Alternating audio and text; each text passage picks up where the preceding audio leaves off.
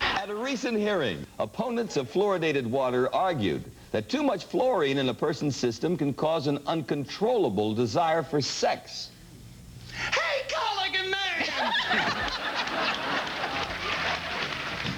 This classic game show starred a comic whose sharp-edged humor couldn't hide an out-of-control lifestyle. He would drink and he'd smoke pot and snort some coke.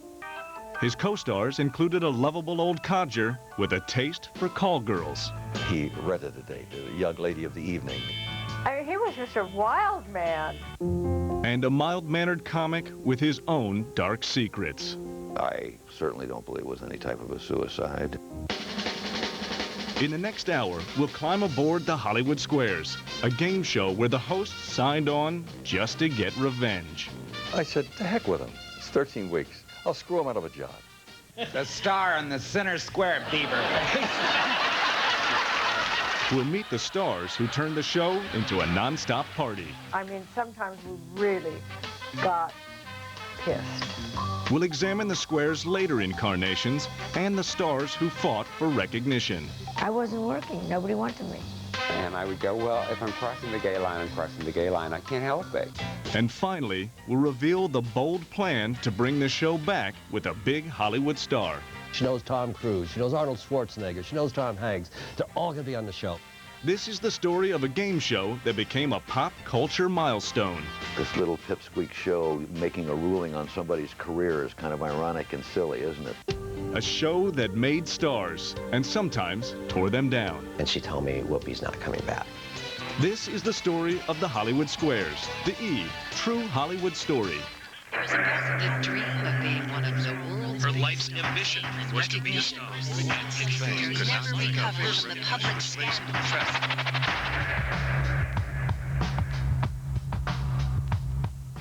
Ladies and gentlemen, our center square, Peter Marshall! In November 2002, the original host of one of the most popular game shows of all time came full circle.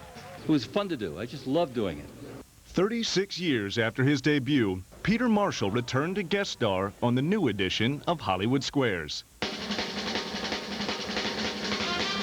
When Marshall was MC, the Squares became a ratings powerhouse that turned an eccentric cast of character actors into household names. We knew we were on. We knew we were good. The show was based on the kids' game of tic-tac-toe. But what went on behind the scenes was anything but child's play. For nearly 4 decades and numerous incarnations, the cast of Hollywood Squares battled adversity, survived tragedy, and hid dark secrets. And throughout it all, they managed to entertain millions while making television history. Packed with celebrities. In 1963, producers Bob Quigley and Meryl Heater tried to spice up their faltering show, People Will Talk, by loading the panel with 15 famous faces. CBS axed the show anyway. The following year, Heater and Quigley tried again with the Celebrity Game, hosted by Carl Reiner. They struck out a second time, but Meryl Heater refused to give up. He mapped out a new format that combined contestants, celebrity guests, and a simple, age-old game. He took a napkin and he drew tic-tac-toe. And instead of the X's and the O's, he put stars there. And he said, wouldn't this be a fun game? Heater and Quigley began pitching the show around Hollywood. ABC turned it down. So did NBC. But in 1965, Fred Silverman, the head of daytime programming at CBS, said yes and authorized $80,000 for a pilot. To host the trial run, producers tapped veteran pitchman Bert Parks, best known as the perennial MC of the Miss America pageant.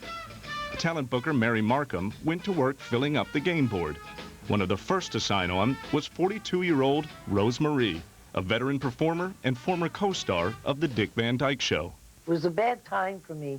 My husband had passed away, and I got into a mental block where I couldn't sing. I didn't want to go on stage. I didn't want to work.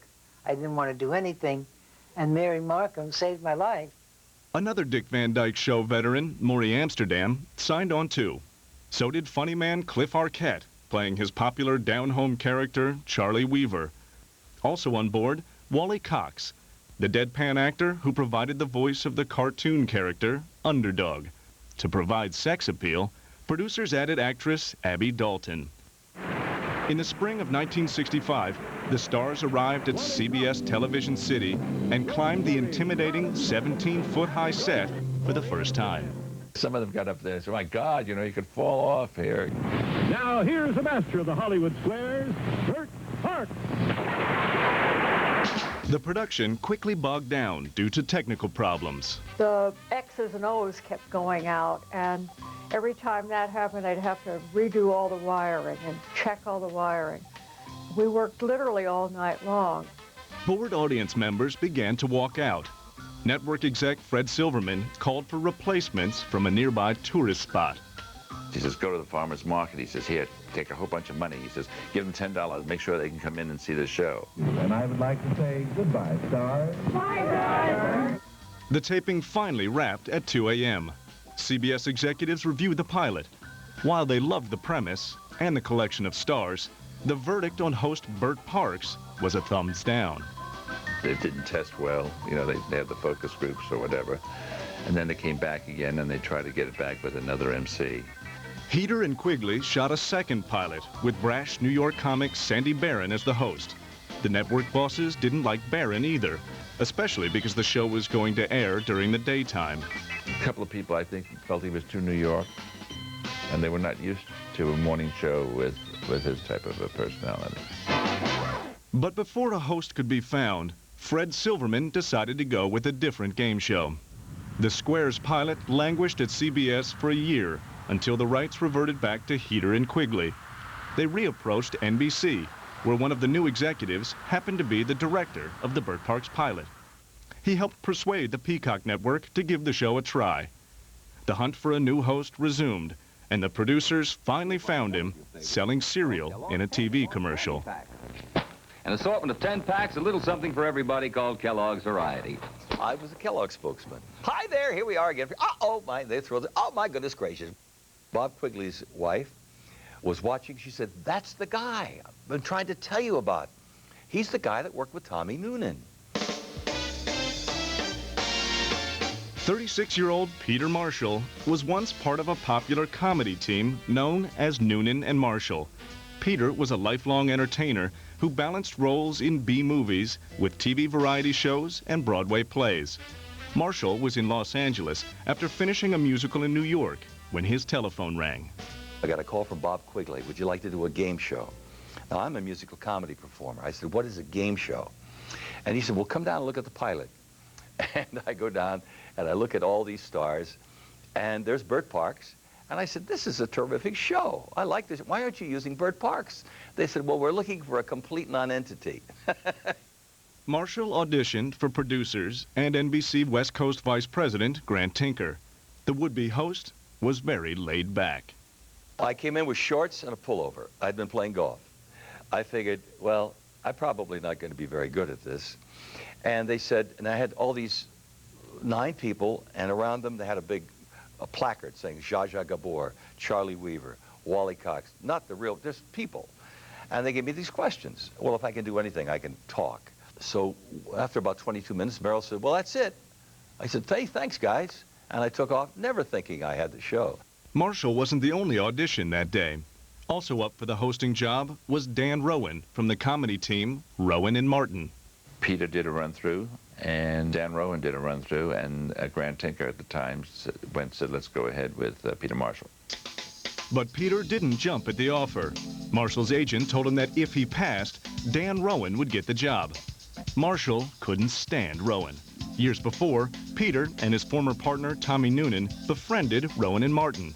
But Marshall believed Rowan stole their material and then later turned his back on Noonan. When Tommy Noonan became deathly ill, I called all of his friends and I said, go out and see him at the Motion Picture Home. And he was there for 8 months, and not once did Dan either call or go out and see him. And from that moment on, I had a big dislike for Dan Rowan. I said, to heck with him. It's 13 weeks. I'll screw him out of a job, you know? In the fall of 1966, Peter Marshall arrived at NBC Studios in Burbank to begin taping Hollywood Squares. The production did not go smoothly. I can remember doing the first show and having Heater Quigley storming into my dressing room, screaming. I said, "Oh, hey, no screaming and yelling here, kids. I do what I do, and if you don't like that, that's okay. You can replace me." They finally said to him, "You're an actor playing an MC. Do it that way," and that's what he did. Hollywood Squares premiered against stiff competition on October 17, 1966.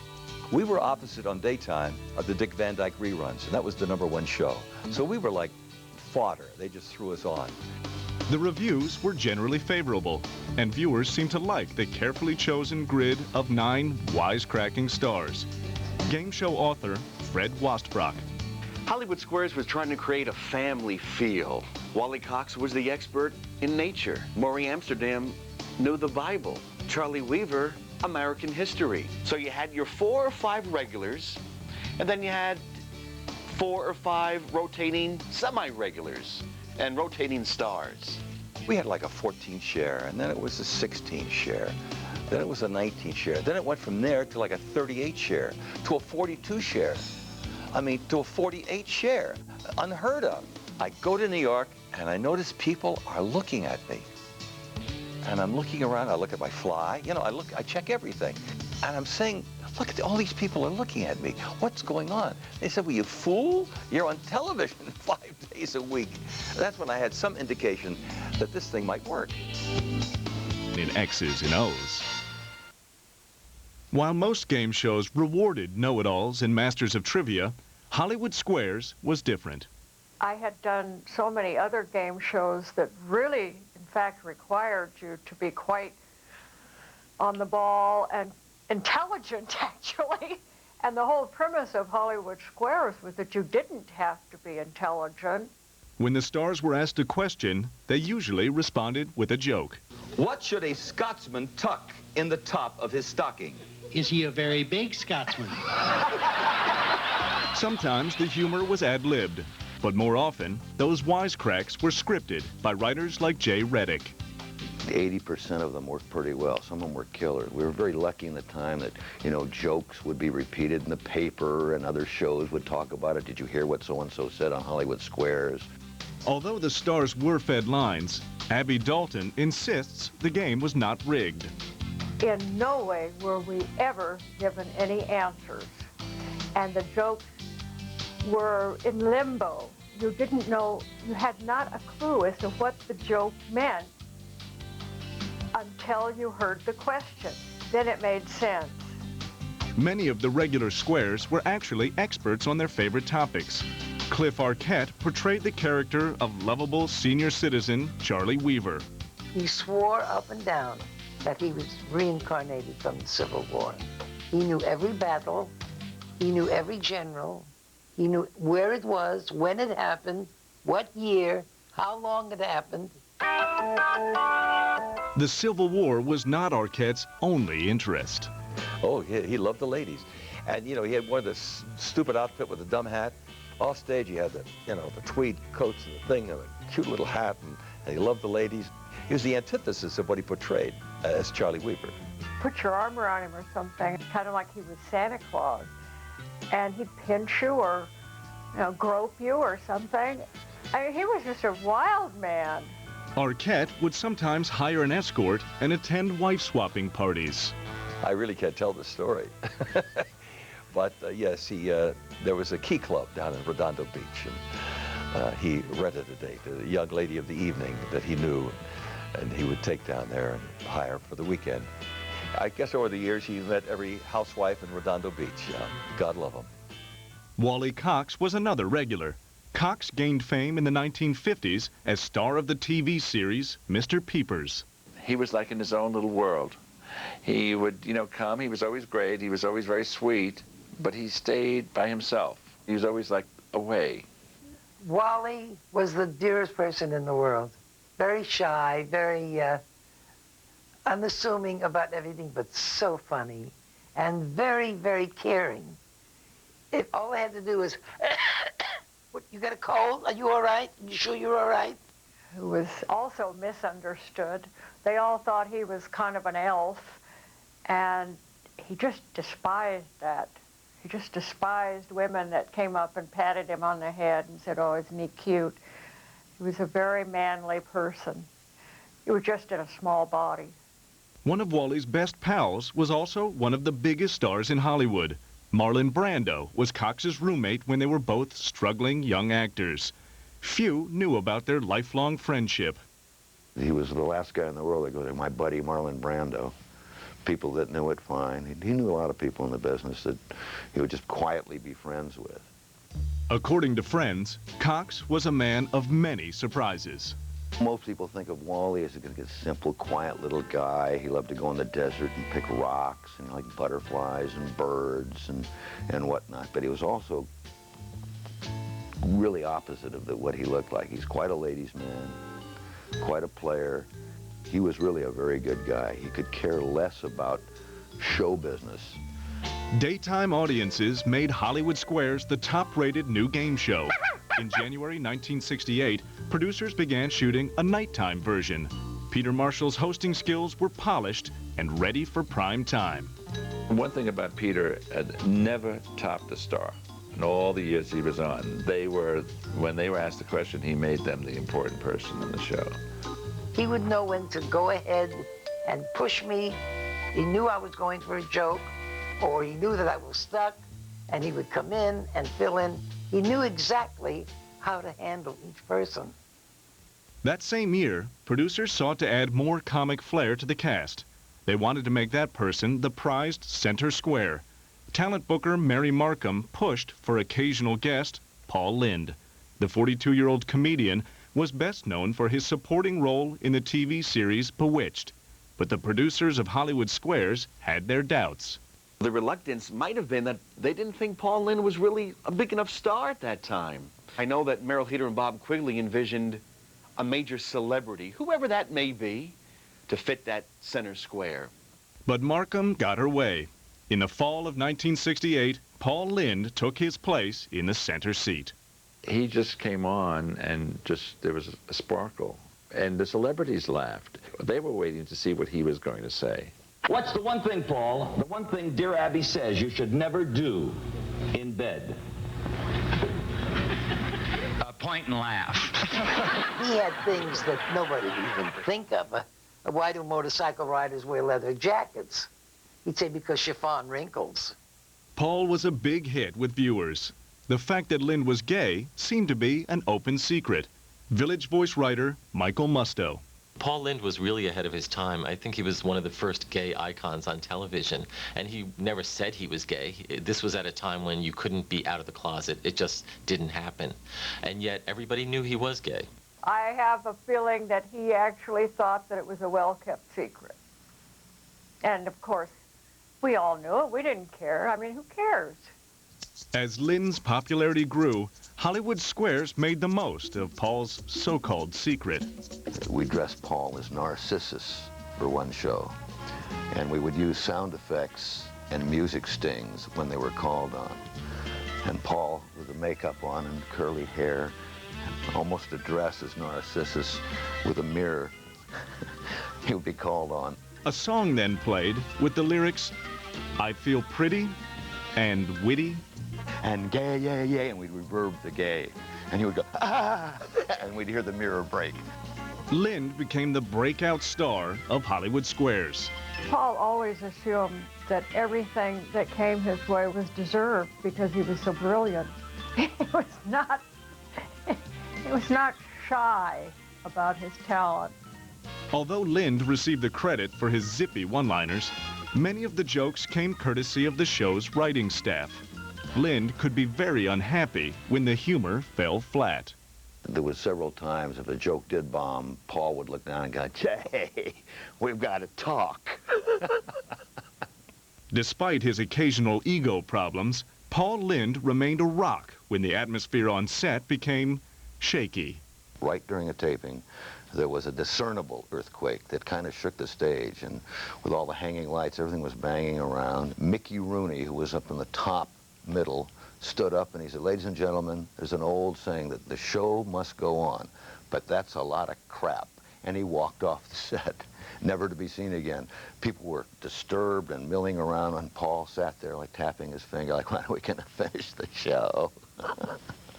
The regular squares were tough to rattle, but that changed when the A-list started showing up. In the late 1960s, Hollywood Squares became the country's #1 game show. A core group of wild and crazy regulars made the contest popular and unpredictable. But when big-name celebrities started playing X's and O's, the games got even hotter. In the beginning, it was tough booking A-list talent on Hollywood Squares. The pay was awful. Guests received the Screen Actors Guild minimum scale, $750 for taping 5 shows in one day. Bookers enticed stars by offering them the chance for self-promotion. You sit in that great square, and you can promote your new record album, your new TV show, your Las Vegas engagement, or your new film. It reaches millions. So it got to be a point, well, wait, the movie's coming out, Roger Moore is in town, and so let's get him on the show. I mean, there wasn't that many talk shows at that time where these people were doing the circuit.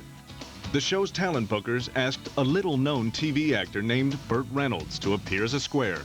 Reynolds' rowdy humor was a big hit with viewers, as well as with the producers of The Tonight Show, who put Reynolds on with Johnny Carson. Those appearances gave the actor a big boost, which eventually led to superstardom. Burt never forgot his debt to the game show. A lot of non-entities came on the show, became big stars, and would never do the show again when they became big stars. And I don't know if your audience knows what sweeps weeks are, but those are the weeks that you want to get the highest rating because that's where you get the biggest advertising dollar. In sweeps weeks, we could call Burt wherever he was. He would fly in and do a week of shows. But the big names often brought their big egos. Case in point, TV legend Milton Berle. And they come to me and they say, Milton is going to leave. He's not going to do the show. He doesn't like his dressing room. Can you do something? I said, sure. I walked back. I said, hey, Milton, what's going on? He said, look, I built the studio. I built stage #1. I know where all the good dressings room are. I said, you're absolutely right. You should go home. He said, what? I said, this is a game show, Milton. You're too big for this show. I said, we can call Toluca Lake. Joanne Worley lives there. Bobby Fuller lives there. Abby Dalton. Hey, don't worry about Milton. Go home. You're dead right. You're too good for this show. He said, I'm a professional person. I'm not leaving this show. I said, but Milton. He said, I brought 5 changes of outfit. I'm staying. I said, okay, Milton. Anything else we can do for you, let me know. Dressing rooms weren't a big deal for semi-regular Joan Rivers. They don't see you from the waist down. You could always tell an outsider that would come with outfits and with shoes. And after a while, you just wore your jeans and lots of blouses. And it was hilarious. From waist up, you were Fifth Avenue. From waist down, you were just like, you know, Bowery. Rose Marie realized that fashion victim Phyllis Diller hadn't gotten that message when the two shared a dressing room. And there were wigs, cigarette holders, scarves, all kinds of stuff, and earrings and necklaces and all of it. And I looked all around like this. And she came in and she says, hi. I said, when you putting the pool in? Diana Rigg, star of the TV series The Avengers, traveled much lighter. But her casual wardrobe caused quite a stir. And the T-shirt said, tits, right across. And that was like, how do we tape this? Singer Tina Turner had just split from her husband, Ike Turner, when she appeared on the show. I went in to greet her and talk to her, and she was really very nervous. I said, what's wrong? She said, well, I have a gun, and I'm afraid of it. And she showed me she had a gun in her purse. TV Tarzan, Ron Ely, carried his King of the Jungle motif a little